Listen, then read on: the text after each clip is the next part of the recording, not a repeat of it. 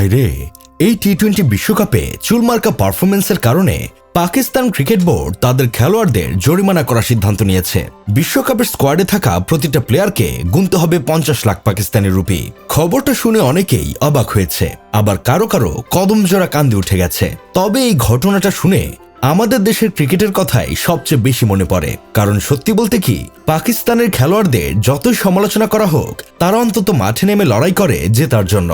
মাগার আমাদের দেশের সোনার দেশের সিটি গোল্ডের প্লেয়ারদের খেলা দেখলে মনে হয় ওরা মাঠে নেমেছেই হারার জন্য। এই বিশ্বকাপে পাকিস্তান মোট 6টি ম্যাচ খেলেছে। গ্রুপ পর্বে কোনোভাবে নেদারল্যান্ডস আর নামিবিয়ার বিপক্ষে জয় তুলে নিয়ে একটু ফুটানি দেখালেও ভারতের দাদাদের কাছে কুত্তামার খেয়ে সেই ফুটানি বন্ধ হয়ে যায়।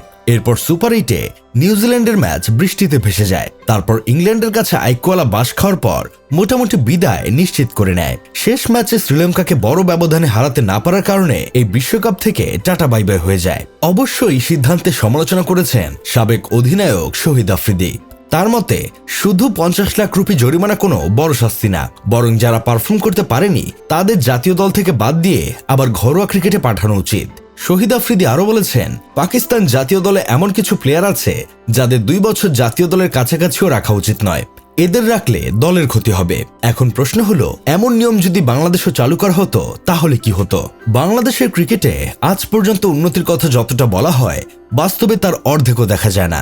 বছর যায়, সিরিজ যায়, টুর্নামেন্ট যায়, কিন্তু একই গল্প বারবার ফিরে আসে। কোনো বড় টুর্নামেন্ট এলেই আমাদের সোনার দেশের সিটি গোল্ডের প্লেয়ারদের ডায়রিয়া শুরু হয়ে যায়। 20-25 বছর ধরে আমরা ক্রিকেট খেলি, অথচ আজ পর্যন্ত আমরা একটা আন্তর্জাতিক শিরোপা জিততে পারলাম না। সত্যি আমাদের সোনার চান পিতলা ঘুঘুরা দেশের জন্য না খেলে টাকার জন্য খেলে। মনে আছে আপনাদের গত বিশ্বকাপে সেই নাটকের কথা? দেশের জন্য সাকিব তামিম এক হয়নি, মাগার টাকার জন্য তারা ঠিকই এক হয়েছিল। নগদ তাদের এক করেছিল। আমাদের প্লেয়ারদের জার্সির সামনে দেশের নাম থাকলেও তাদের মাথায় সারাক্ষণ ঘুরে বেড়ায় বিজ্ঞাপনের স্ক্রিপ্ট। কখনো শ্যাম্পু, কখনো মোবাইল কোম্পানি, কখনো আবার নতুন কোনো ব্র্যান্ডের প্রচারণা। মাঠে প্রতি ম্যাচে ডাব্বা, অথচ টিভি বিজ্ঞাপনে 32টা দাঁত বের করে হাসে। একজন ক্রিকেটার যখন জাতীয় দলের হয়ে খেলে তখন তার দায়িত্ব শুধু নিজের ক্যারিয়ার না, একটা দেশের কোটি মানুষের আবেগ তার সঙ্গে জড়িয়ে থাকে।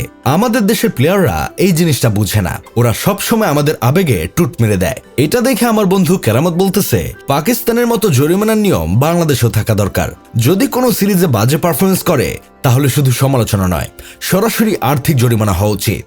কোটি কোটি টাকা আয় করা খেলোয়াড়দের যদি কয়েক কোটি টাকা জরিমানা দিতে হয়, তখন হয়তো তারা বুঝবে যে জাতীয় দলের জার্সি পরা মানে শুধু স্ট্যাটাস না, এটা একটা দায়িত্ব। যারা ধারাবাহিকভাবে খারাপ খেলবে তাদের সরাসরি ঘরোয়া ক্রিকেটে পাঠিয়ে দেওয়া হবে। জাতীয় দল কোনো স্থায়ী চাকরি না যে বছরের পর বছর খারাপ খেলেও জায়গা ধরে রাখা যাবে। যাই হোক, শেষমেশ আমি গোলাম হোসেন একটা কাজের কথা কই।